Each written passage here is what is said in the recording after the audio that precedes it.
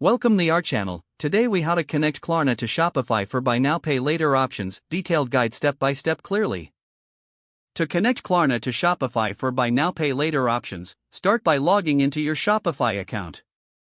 Navigate to the Shopify App Store using the main dashboard. In the search bar, type Klarna and press enter. Look for the Klarna app in the search results. Click on the app to access its details page.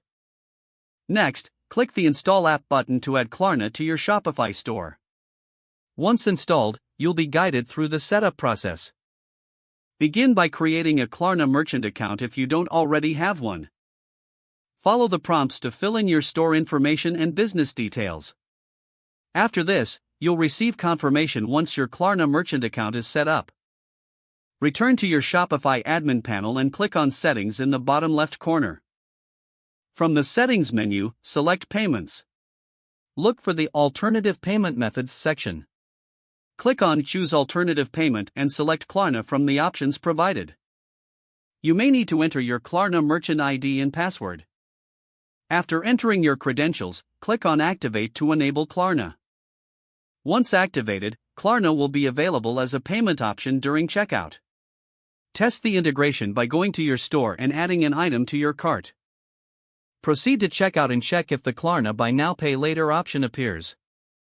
If it does, you have successfully connected Klarna to your Shopify store.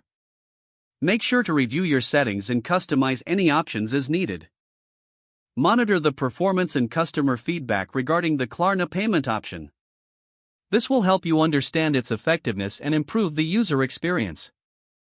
If the page does not load, refresh the browser or try again in a private or incognito window.